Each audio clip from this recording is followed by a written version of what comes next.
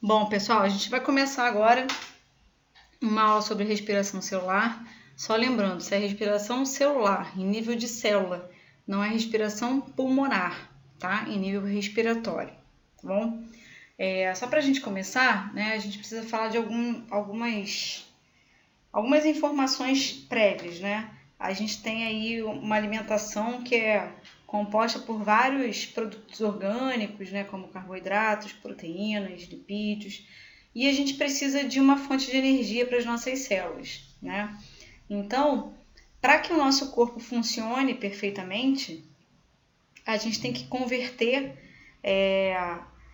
as nossas células, né, precisam converter energia de vários desses compostos orgânicos que a gente faz uso, tá? Então, essa energia é uma energia na forma de ATP, que a gente chama, que é adenosina trifosfato. Então, os alimentos nos dão energia, né? A gente precisa dessa energia para sobreviver, para que as nossas células funcionem. E aí, esse ATP, então, que é chamado de adenosina trifosfato, né? Ela é uma união, né, de certos produtos. Então, a gente tem aí uma molécula de adenina, uma ribose e 3 fosfatos, por isso adenosina trifosfato, tá? Na realidade, esse ATP é um nucleotídeo, quer dizer, é uma parte, né, de uma molécula de DNA, tá? Quando as ligações de energia são rompidas, né, num processo natural das nossas células, a gente tem a produção desse ATP que está ali para realizar trabalho. Esse ATP ele é produzido para gerar energia para as nossas células, né? Então não é para a gente guardar energia, é para a gente gastar imediatamente, tá? A gente consegue guardar energia por fontes alimentares, né? Carboidratos, lipídios guardam energia. A gente tem lugares no corpo que guardam essa energia para o uso prolongado, né? Tanto é que a gente sabe que se a gente ficar sem alimentação, sem comer durante um tempo, alguns dias, a gente vai sobreviver porque a gente tem uma reserva calórica energética, né? Mas esse ATP não é a mesma coisa que um carboidrato, que um lipídio, né? É uma energia que é para ser utilizada imediatamente, tá? Quando não, a gente tem esses outros produtos que eu falei. Então, o objetivo da nossa respiração celular é converter energia contida em compostos orgânicos em ATP. Quando a gente fala composto orgânico, a gente está falando basicamente da glicose, principalmente da glicose, tá? Então, qual é a visão geral da nossa respiração celular? É essa dessa imagem aqui. A gente vai desmembrar isso já, tá? Mas a gente começa o processo da respiração celular pela glicose, tá? Então, se vocês olharem lá em cima na imagem, a primeira etapa é a chamada glicólise, tá? A segunda etapa é a chamada ciclo de Krebs e a última etapa a cadeia respiratória. São 3 etapas do processo de respiração celular. Então, ela vai começar com a quebra da molécula de glicose, tá? Então, o nome disso é glicólise. Lise, quebra. Glico, glicose. Quebra da molécula de glicose. Por isso, a gente fala que é um composto orgânico, tá? Bom, a gente tem a respiração celular acontecendo na célula, né? Mas ela acontece principalmente nas mitocôndrias, né? Porque uma etapa acontece no citoplasma ainda, mas outras 2 etapas acontecem na mitocôndria. Então, a gente diz que as mitocôndrias são as organelas responsáveis pelo processo de respiração celular. Né? A mitocôndria é formada por endossimbiose, então ela tem uma dupla membrana. Então, uma parte desse processo acontece na matriz mitocondrial, que é como se fosse o citoplasma da mitocôndria, e a outra parte da respiração acontece nas cristas mitocondriais, que são essas curvinhas aqui por dentro da mitocôndria. Isso aqui é a segunda membrana, né? Quando a gente fala que é dupla membrana, tem a membrana externa e tem essa membrana interna. Mas o processo começa mesmo ainda no citoplasma. Então, aqui eu tenho o desenho esquemático de uma mitocôndria e aqui a imagem de uma mitocôndria num microscópio eletrônico. Então, a gente tem a primeira etapa acontecendo no citoplasma, tá? primeira etapa, que é a glicólise, ela acontece no citoplasma. Preciso que vocês prestem muita atenção nisso, tá? Vocês vão ver que tem várias informações nesses slides, nesses desenhos. Eu vou indicando as partes mais importantes, tá?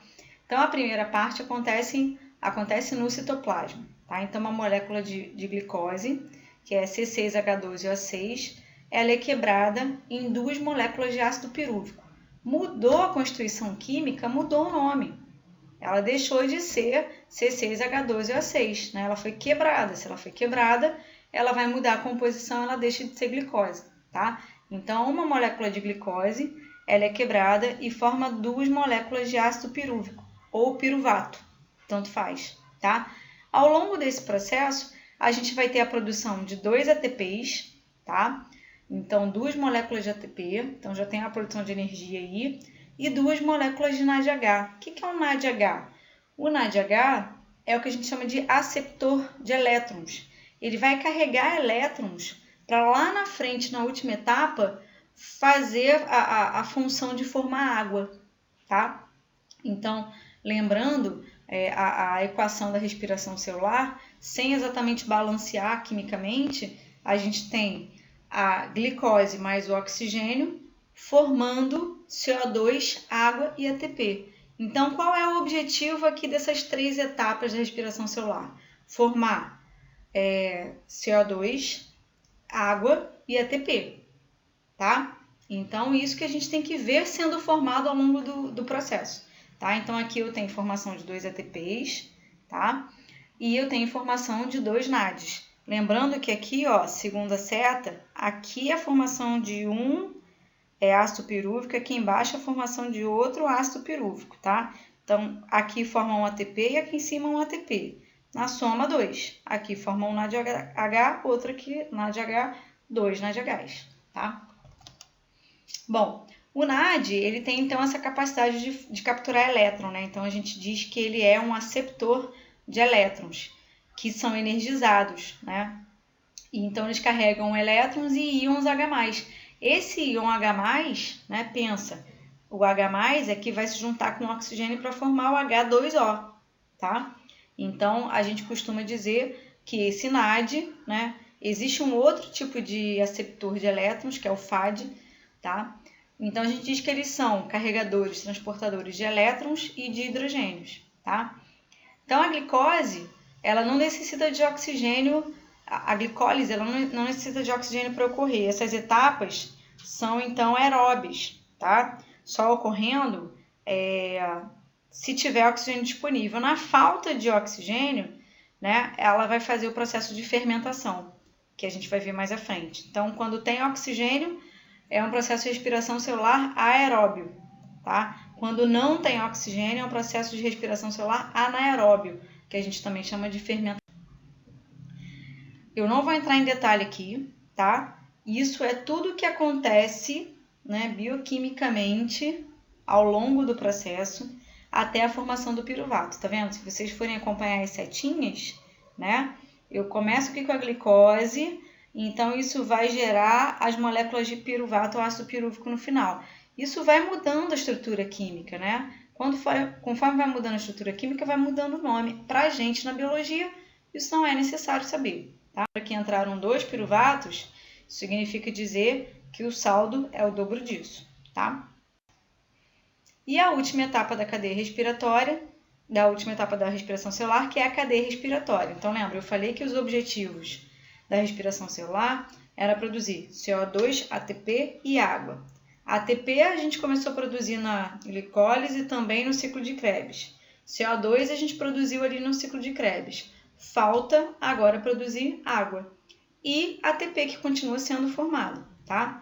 Então, lembra do FAD, que estava lá atrás, o FAD e o NAD? Então, a gente tinha o FADH2 e o FADH e o FADH2, que carregaram, né, elétrons, né, íons, né, e hidrogênios. Conforme eles foram pegando esses hidrogênios ao longo do processo, eles agora vão ser utilizados na etapa da cadeia respiratória, tá? Que também é chamada de cadeia transportadora de elétrons, tá bom? Então, essa parte da respiração celular é a parte que é mais energética, que produz maior quantidade de ATP, tá? Nessa imagem aqui, vocês conseguem ver quase que um resumo, né? Aqui, fora da mitocôndria, a glicólise acontecendo, aqui fora da mitocôndria que está aqui dentro, né? A glicólise acontecendo, formando ácido pirúvico entrando aqui no ciclo de Krebs, ciclo de Krebs liberando aqui ATPs, FADs H2 e NADs, e também o CO2, por algum lado aqui que ele não mostrou, mas ele está mostrando mais o uso do ATP. E aí, a cadeia respiratória, que também vai ter produção de muitos ATPs, tá? A quantidade de ATP formada é enorme, tá? Na cadeia respiratória. Então, no final, a gente costuma dizer que a gente forma 36 ATPs, mais ou menos, tá? Mas só a cadeia respiratória promove a formação de 30, tá? Já passei disso. Quando a gente não tem a presença do oxigênio, né, a gente tem o processo de respiração celular anaeróbio, que é sem a presença de oxigênio, que a gente chama de fermentação, tá? Ela começa da mesma maneira, com a quebra da molécula de glicose, só que aquele ácido pirúvico que foi formado, ele não entra no mesmo processo que a gente falou anterior, tá? Como não tem a participação de oxigênio, ele vai fazer o processo de fermentação para formar etanol, que é álcool, né? Ácido acético, né? Que é vinagre, ou ácido lático, tá? Então, são distintos. A fermentação alcoólica é aquela que é feita por leveduras, né? Leveduras são fungos, tá bom? Essas leveduras e algumas bactérias, elas vão também quebrar aquela glicose lá do início, só que elas vão formar álcool etílico e gás carbônico. Esse processo é chamado de fermentação alcoólica, tá? Então, esse processo de fermentação alcoólica é o que a gente usa para fazer as bebidas alcoólicas, né? Como, por exemplo, o vinho, né? Nesse processo de fermentação, sempre vai ter liberação de CO2, tá? Então, numa fermentação alcoólica, por exemplo, quando a gente faz massa de pão, né? Ou massa de pizza, que é o mesmo tipo, a gente usa essas leveduras, que são fungos, né? Que é o que a gente chama de fermento biológico. O fermento biológico, para quem não sabe, é um fermento mais úmido, que você compra em tablete no mercado ou você compra a peso na padaria. Ele tem essas leveduras. Essas leveduras, elas são ativadas em contato com a água. Então, quando você bota a água ali naquela massa do pão ou da pizza e você mistura todos os ingredientes, essas leveduras começam a fazer o processo de fermentação alcoólica, tá? E aí liberam CO2, por isso que a massa cresce, tá? Por isso que tem que deixar um tempo ali ela descansando, normalmente com um pano úmido por cima, por conta da umidade, né? A necessidade dessa umidade, e elas fazem a fermentação alcoólica, tá? E também tem a fabricação do álcool mesmo, álcool etílico. A fermentação lática, ela também é super importante, não só para um processo de formação de certos produtos que a gente faz uso no dia a dia, né, como os queijos, os iogurtes, né? Fabricação lática, então, produz ácido lático, né, ou lactato, tá? Então, isso provoca um processo de acidez ali naquele produto, né? O ácido lático aumenta a acidez daquilo ali. Então, ela promove a coagulação das proteínas do leite, por isso que elas ficam com uma conformação diferente, por isso que a estrutura de um queijo, de um iogurte, a consistência é diferente, tá? Então, ele fica nesse aspecto um pouco líquido, com soro, né? E uma parte mais coalhada, mais endurecida, tá? A gente também pode fazer iogurte em casa, não é difícil, tá? Tem que usar bactéria também, né? São bactérias que são utilizadas para fazer, mas uma vez que você faça iogurte em casa, você pode continuar fazendo, só separar um potinho e daquele um potinho você faz iogurte para o resto da vida. Mas o mais importante da fermentação lática é a parte da fermentação lática que a gente faz nos nossos músculos, tá? O que acontece? Os nossos músculos, né, são células também, né, células musculares, elas têm um aporte de oxigênio, uma quantidade de oxigênio importante. Quando a gente faz uma atividade física em excesso, a gente gasta esse oxigênio todo. Quando a gente gasta esse oxigênio todo, então ele deixa de ser um processo aeróbio, ele passa a ser anaeróbio, quer dizer, sem oxigênio, sem uso de oxigênio. Então, nossos músculos começam a fazer o processo de fermentação lática, tá? Então, a gente gasta esse oxigênio ali que a gente tinha, tá? E a gente começa a produzir ácido lático num processo anaeróbio, tá? Então, agora isso acontece quando a gente faz uma atividade física em excesso, tá? Então, as maratonas, né? O pessoal que faz triatlon, essas atividades físicas que são de longa duração, tá? Só que o que acontece? A gente produz esse ácido lático, só que às vezes a gente produz em excesso, porque ele também faz a gente produzir ATP, que é energia para a célula, né?